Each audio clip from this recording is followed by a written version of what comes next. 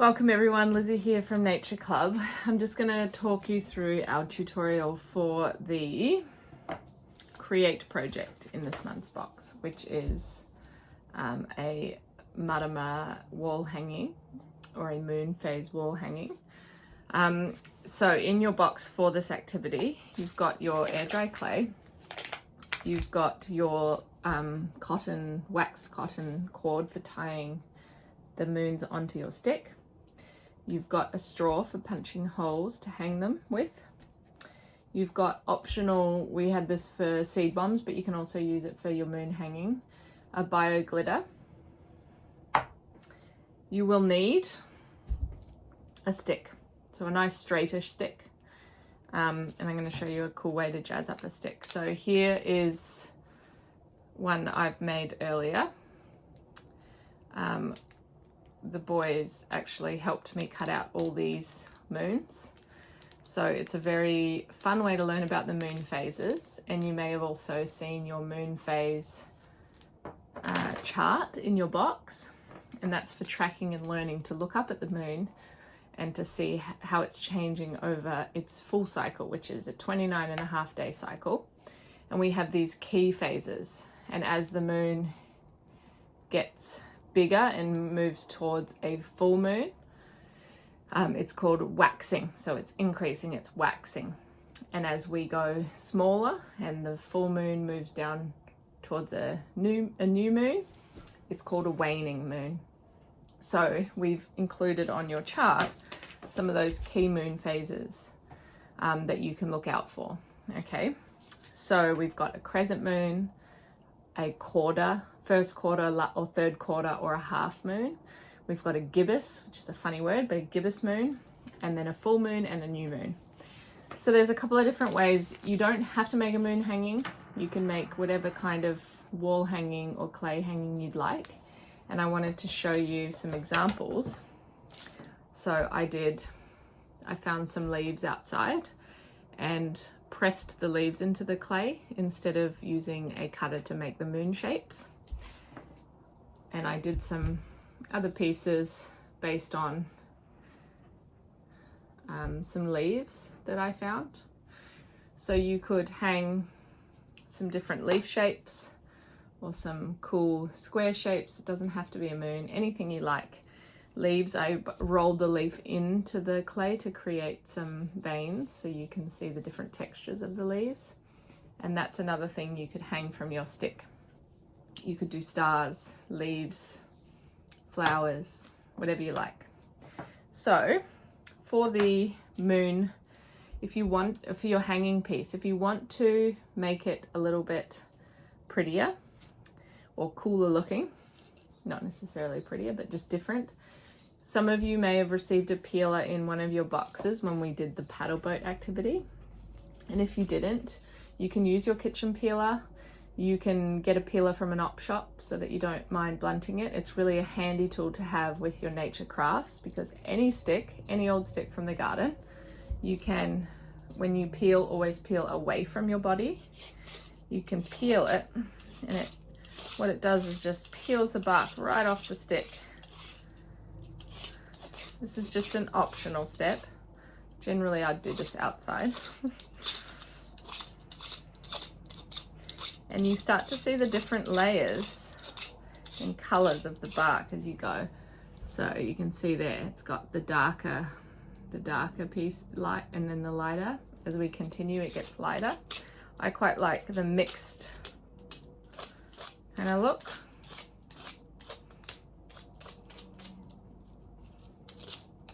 And so I'm gonna do that, and you can make it all one color if you like. You could even use some sandpaper outside and protect yourself from the dust. If you're not sure what the wood type is, I wouldn't sand it, just in case you're going to expose yourself to some dust that's not really nice. Some woods can be a bit more irritating than others. So there you can see it's a totally different look, and it's like nice and smooth to touch. And I'm going to use that for my hanging. So then we clear our workspace, and you've been given some air dry clay in your box. So this is what we use for our hanging project. The recycled clay in your box is more for your seed bombs. The air dry clay will dry out as soon as you take it out of its pack, or if it's in a tin. So make sure when you take it out of its pack that you keep it in a Ziploc bag, wrapped in Glad Wrap. I even just wrap it back up in this pack and like keep it tight, tape it tight, and it stays really nice in this foil. This is a beautiful silver foil on the other side. So if you did want to create something cool with it, instead of chucking it in the bin, you could cut some stars out and even use that on a lantern. Or in your make lanterns for this month, you could cut out some cool silver stars and use them in the frozen lanterns. We've done it before on little glass jars with Mod Podge, and it stuck the stars to the outside of the lanterns, and then we've had a candle inside. So this is not all waste. It can be used for creating with. So your air dry clay comes out. If you have the sibling box, you'll have a bigger piece of clay than this. Should be plenty. You might even have some left over to create with, but you can see now the inside of that's a beautiful silver, so really cool for making stuff with. So I like to break this into pieces. It's always helpful when you use air dry clay to have a little bit of water, because water really helps to smooth it out around the edges, just like with potter's clay. But what you don't want to do is put too much water on, because it will turn into kind of like a sludgy mess. So if you don't have a rolling pin at home, you can use a bottle of any kind of sort, or any kind of piece of round wood, like a dowel that you might have around, to help smooth it out.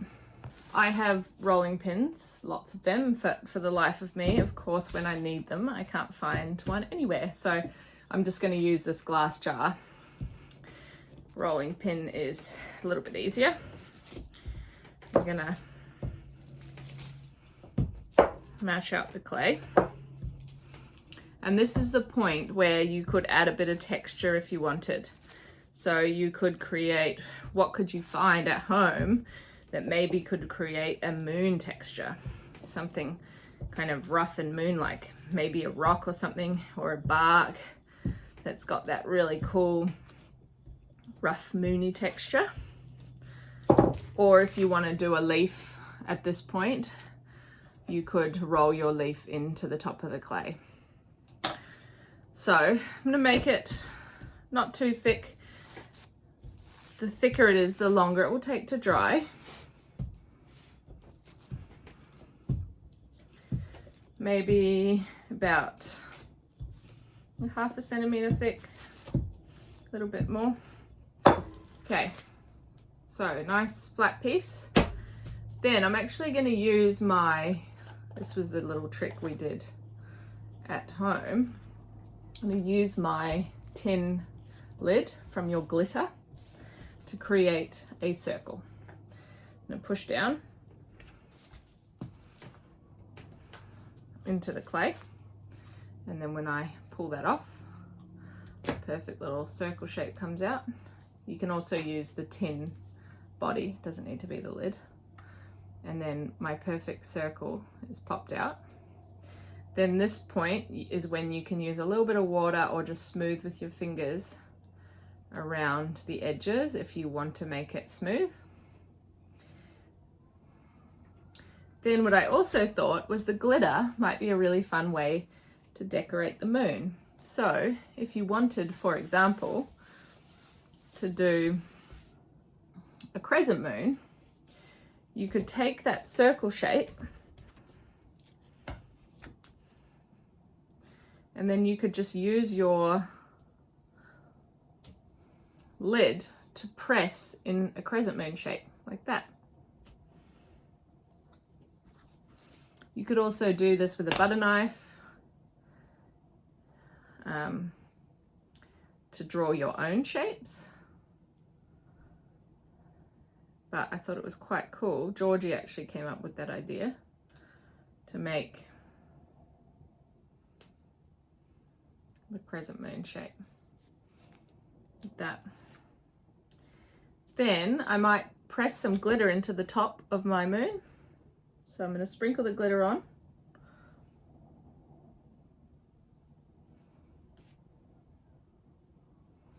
And then press it in so that it sticks when it dries. It's so sparkly. If you can see that, but a really nice sparkly silver moon. And a round one too. Press some glitter into there. So there's a few different color glitters in your packs. You might have got gold, you might have got silver, green, I think those, or black. So I thought the black would be really cool on the moons as well, because you could do the part that's dark. So you could either cut your shapes out, or you could create the moon phases by drawing, painting, decorating the circles is another way. So then your straw is a really great size for punching a hole. So I'm just going to use that, press it in to make my moon. Okay, leave that somewhere. You can just keep pressing with this. Press one on my crescent moon. Like that. So I've got a little spot to hang it. Then you want to leave those to dry. It might take overnight, might take a couple of days. It depends how thick your clay is. And once they've dried, then they will be like these. You can see they're quite dry and you can hear them hitting against each other. So with these, I used a watercolor paint and we painted them after they were dry. So that's another thing you could do. You could choose to paint or to decorate them while you're making them, or you could wait and decorate them later. So then once they've dried, you've got your waxed cotton, and you might need an adult to help you with this part, but we can take one. They need to be dry first, but I'm just going to show you as an example. You can take a piece of your cotton. You can thread it through the hole, thread the loop through the hole, then put the two tail ends through your loop, pull the tail ends, and you'll get a really nice way to hang the moon that is going to hang straight, so it won't twist around too much. Then from there, you've got a little moon hanging, and then you can take your stick and we can, however you want to tie it. I'm sure many of you can be really creative with your tying. I'm going to loop it around a couple of times, thread it through, pull tight and do that twice so it's nice and firm. Cut off any little tails. And there's just an example to show you. So my stick that I've whittled the bark away, and then hanging the moon, which when it dries, and I could put a little bit more glitter in that. You could, if you had a good rolling pin. I'm gonna actually roll the glitter into the surface. Like that. So fun. I'd love to see all of the different variations. So you could do moons across here. You could do, as I said before, all different nature inspired shapes. You could also do smaller moons.